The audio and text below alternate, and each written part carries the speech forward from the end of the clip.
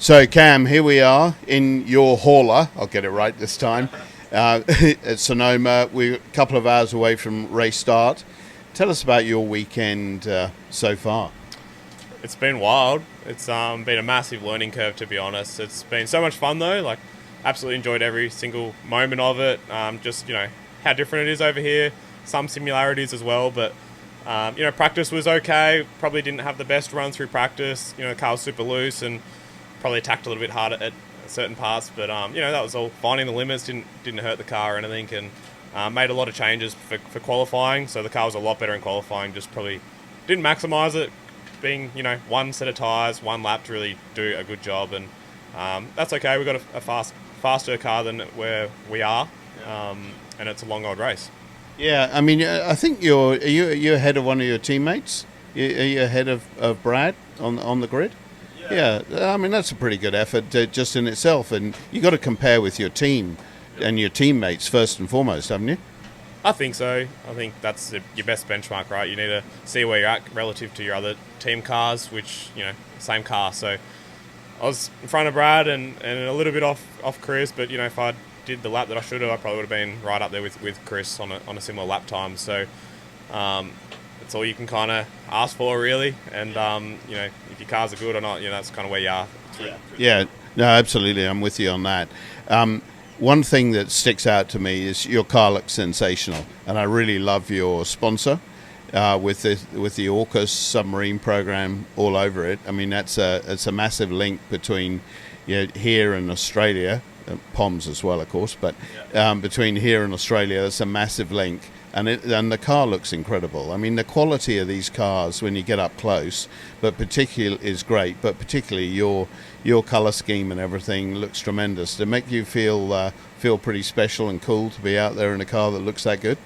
Yeah, like I'm very proud to be representing the three nations and have AUKUS on the car, and you're not representing just a product. It's your nation and nations. So.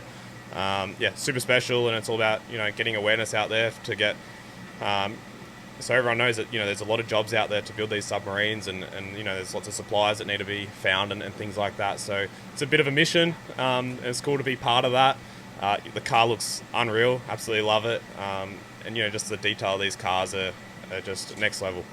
Yeah, and now one thing that I haven't asked you or Will about yet this weekend, but you're jumping from driving on one side of the car to the other. Now, when I was a nipper in Europe, we got used to that when we were on holiday in Spain and Portugal and everything. You had to be able to drive a left hooker or you were stuck. Yeah. But how have you found it? It's been fine, to be honest. I've driven a few GT cars which are left-hand drive. I find it's just like riding a bike. Like, you get in, you don't really think about it. Probably the only thing is just your spatial awareness might be a little bit different, but being a different car anyway, it's different. So after a few laps, you work out where you are. You might hit a few curves where you probably shouldn't and whatnot, but you get your head around that fairly quickly.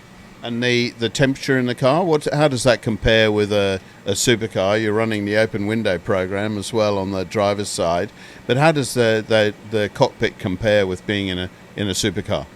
I haven't probably done long enough runs yet to truly know how hot it's going to be in the car. I think our cool suit in practice wasn't running properly, so I probably would have preferred my cool suit back home, to be honest. But I think once you get out in the race, you get into a rhythm and you get a lot of heat soak. That's when you really know if it's hot or not. But it's relatively hot here, probably 27, 28 today. It's a long old race, so I'm sure I'll get to the end of it and I'll be pretty buggered and I'll be ready for Darwin. And so here we are just before the race. Where's your pit box in pit lane? Have you identified that yet? Yeah, it's pretty well smack bang in the middle. So I don't know the number exactly, but I know it's about the centre. There's a hell of a lot going on in pit lane when you come in. I mean, you will have seen it in the truck races you've done so far.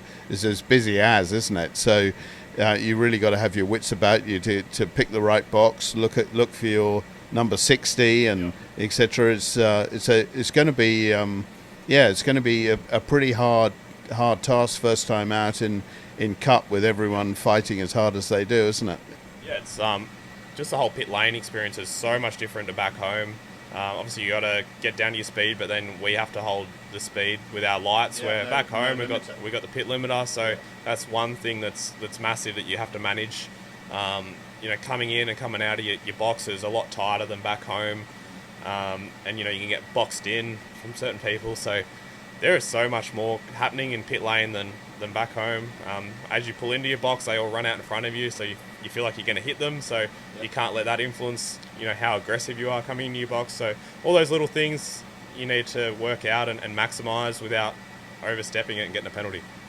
Yeah, I think what we saw yesterday in the Xfinity race is to finish first. First, you got to finish. Yeah. So I think if you just keep your wits about you and finish, you actually end up in half a decent place, judging by what went on at this track yesterday. Is that how you're approaching this one today? Yeah, 100%. The 2 track races that I did, and even watching the Xfinity race yesterday, just crashes happen randomly through the race, and I think you just need to try and avoid them. Stay clean until the last kind of stint and a half, and if you can stay clean, that's when the race really starts. It's kind of a little bit like Bathurst in some ways. That's how I'm going to approach it. I think our car's going to be probably a little bit better in the race trim than qual trim, so hopefully that's right and that actually happens. So yeah, we'll see how we go. Yeah, no, we're all very excited and looking forward to watching both of you out there. That hopefully you don't crash into each other, but yeah. I'm sure it'll be an awesome day for both of you. I really hope so. So thanks for spending the time with us, Cam, and good luck. Thank you. I'm sure Will and I will look after each other, and hopefully one of us can do us all proud. Well done, mate. Thank you. Thanks.